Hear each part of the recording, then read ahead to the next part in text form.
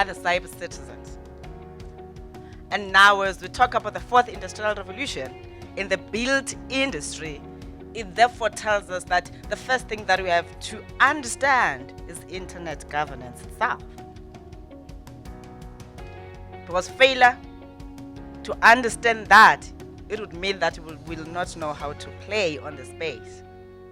Which is why we hear people saying, Yebana, salala.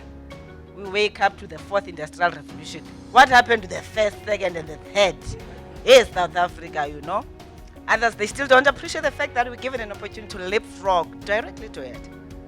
And the reason we didn't know about others, those that didn't, is because it was never told.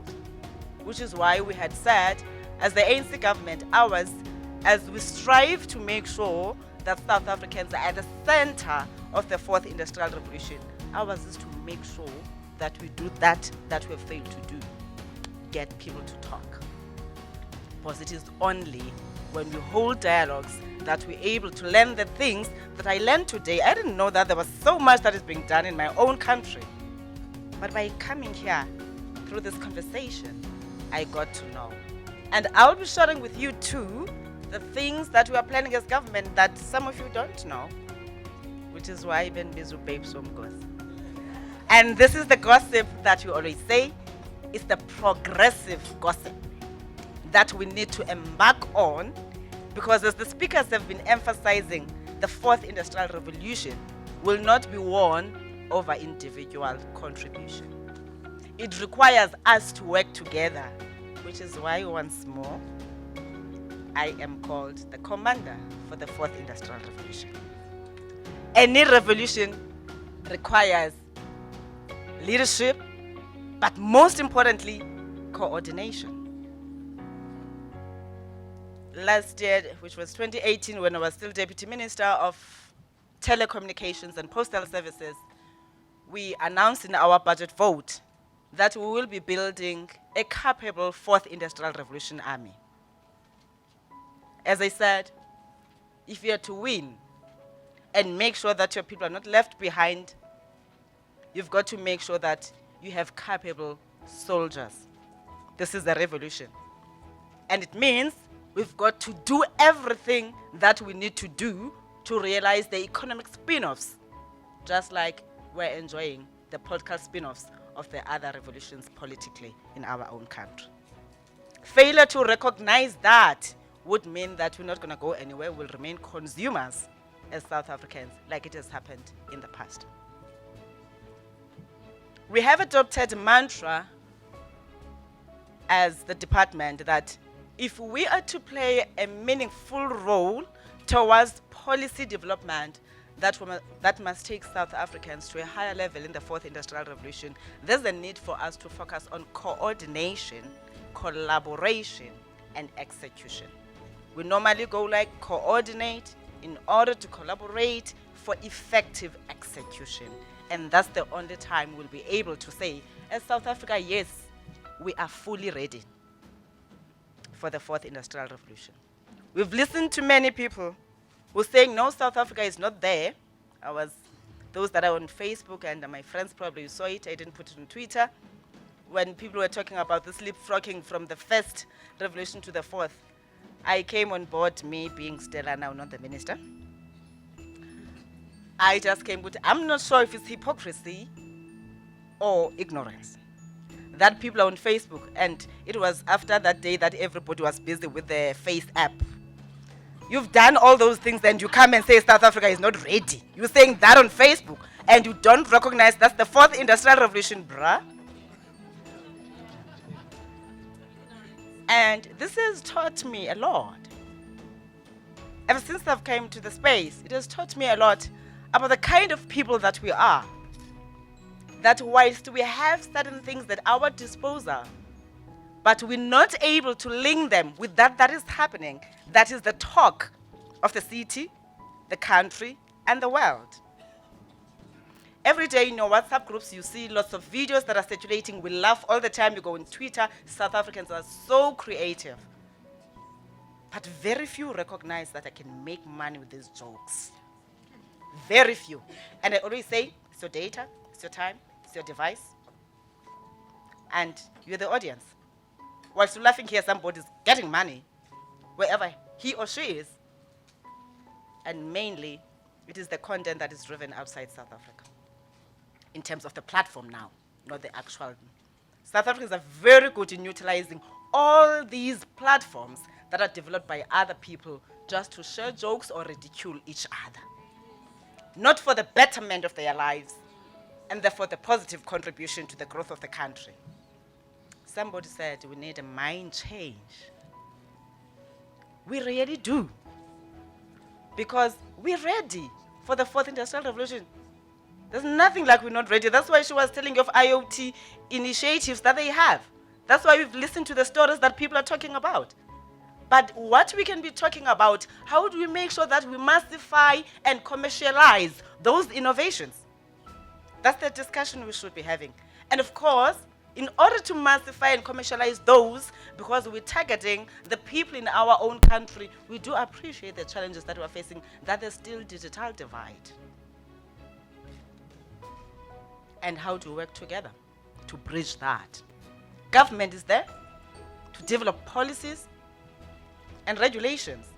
But government alone can never connect the people of South Africa. That's the reality. That we have in our coffers is a tiny drop in terms of the finances. But ours is to make sure that we're creating an enabling environment for the innovators and everybody else to say, this is what we can do to help you, government, achieve your targets and make sure, because the only target that we have as government is to better the lives of South Africans. And the only way to do that is to grow economy, everything else follows. Are we able to bridge the digital divide? If, again, we still have majority of our people are digital illiterate. Not that they are not learned, with all the qualifications they have, but they're digital illiterate, which is what the fourth industrial revolution focuses on. To say first things first, you've got to make sure that your people are connected. You've got to make sure that you build a digital society, people who know how to use their knowledge that they acquired at school in the technological regime. That is why today we're talking of jobs that will be lost, and it's a reality. If we do not upskill and reskill our people, they're going to lose jobs. That's why we had President Ramaphosa, when we had the first dialogue of the 4IR Summit, talking about the numbers that we want to make sure that we train, both for those that are unemployed and those that are in the employ. It doesn't matter if you are a graduate or not. We need to build digital citizens. That's what the 4IR requires of us. It doesn't matter if you're a bricklayer or Udaga boy. Don't know what is Udaga boy in English. But you really need to get on board. It's not coming, they did say. We're living in the fourth industrial revolution. It's internet. It was mentioned here that key to the work that drives the fourth industrial revolution is the Internet of Things. And the next is the Internet of Humans. As she was talking about implants. The Internet of Humans. How do you jump then from that we don't even understand? Most people used to think, I'm sure even before you made your presentation, they thought when you're talking about IoT is something that's still coming. And every day I always make this simple example that in your cell phone, most of you have smartphones. You ask Siri, Siri, please page Banban. Siri, please do this on your cell phone. And Siri tells you, she responds at times she gets angry at you. At home, with your own smart meter, your electricity, whatever box that you have, most of them are smart. Nobody associates that with IoTs. When you get in your car, looking for my house, because we have an appointment, you put in my address. Who do you think is sitting there and doing the work for you? How does you know? And that's the Internet of Things that we're talking about. That these things are connected, but now the trick Unlike the previous regime of the third industrial revolution, they get to communicate amongst themselves. That's where the threat is. Then, we needed, in the second and the first, we needed a human being to be the one that can do everything with the machine. The machines couldn't do anything on their own. Now these ones, as she was saying, I don't know, you do know in Midrand there's a factory that produces robots. And we're very curious people. So the first thing we did was to say, please man, you know what, I'm tired. I've got my house in Tata. I'm tired of hiring gardeners because I know that there's no one to watch them. Can you build one for me? And people thought it was a story. Until the robot came, and indeed, is doing the gardening services. Just to showcase to the villagers that I stay with, this thing is real. This thing is real. The minute we accept that, then we're able to say, how do we then deal with the challenges that it presents, and maximize on the opportunities that it also presents? Because the narrative mainly has been on the 4AR taking away people's jobs. We've been silent on it creating new jobs. When Standard Bank retrenched people, everybody was angry, very angry. Nobody thought about the fact that there were developers behind those apps that are being used by Standard Bank. Nobody thought about the fact that artificial intelligence was deployed.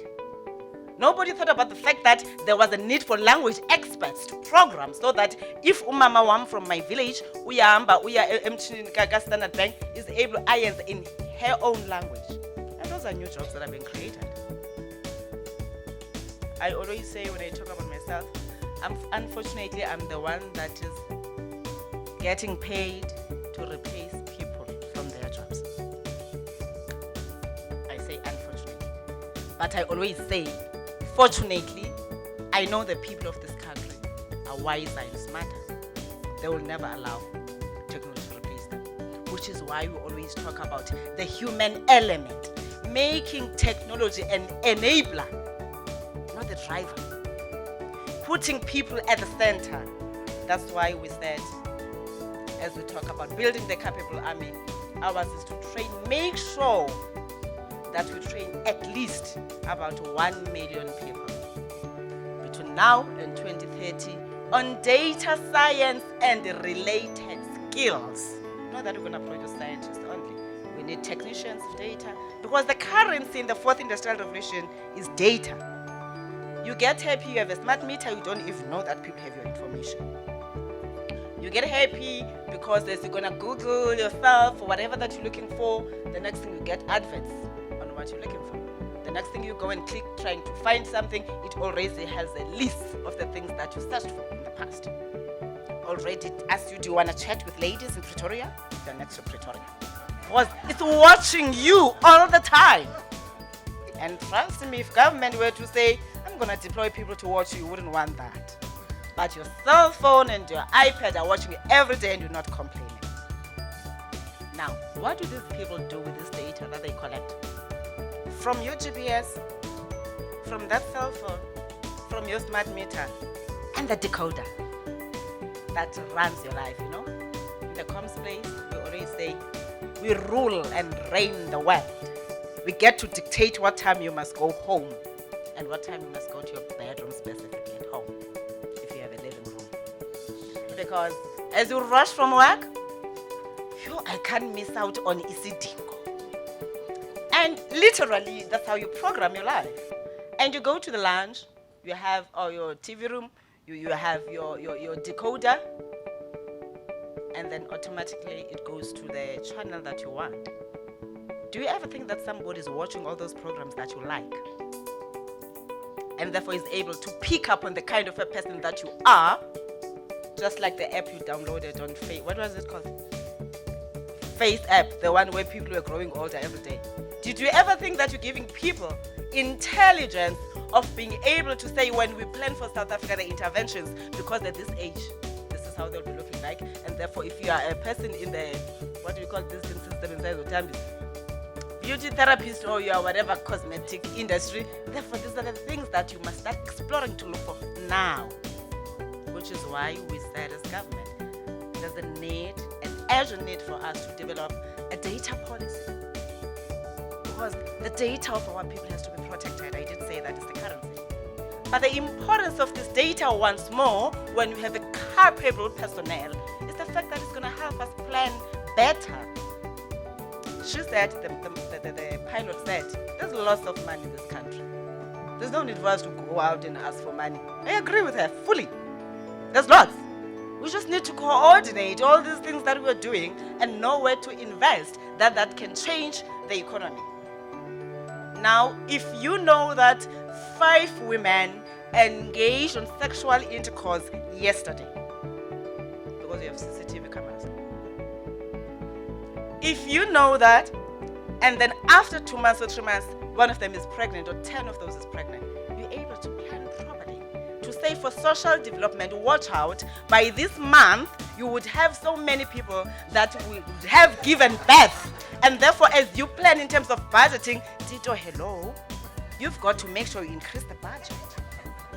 And that helps also the minister responsible for education, basic education, to say, in this year, so many children will be going to school, and therefore starting with preschool and everything. As we say, we're introducing coding and data analytics, then you must know the potential that you're going to have, how many data analysts you have. And that's all gathered in data in the devices that we have.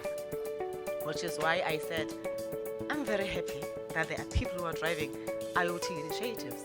Because I've been complaining, I've been engaging with people in the industry, including students who demand 1 tablet, 1 learner, 1 student. I ask them, where does it come from? This tablet. You want government to continue spending on things that don't add value to the growth of the economy, because none of those softwares that are on those tablets are South African produced. We continue to want government to spend, data must fall. Who owns the infrastructure? Let's look out for those. And what do we do with this data after it has fallen? We get to ridicule each other, of course we praise each other, we do all the things that we do. Is that who we have become? And I know that in your own veins run the blood that runs through Nelson Mandela and Winnie Mandela's veins. You are conquerors. You are winners. You never accept defeat, which is why I'm certain that if we work together, even the 4th Industrial Revolution can never replace our people. Our people are not going to lose jobs because we've been there. And that strength and the tactics that we employ then of coming together is what we need to do. You've got to stop competing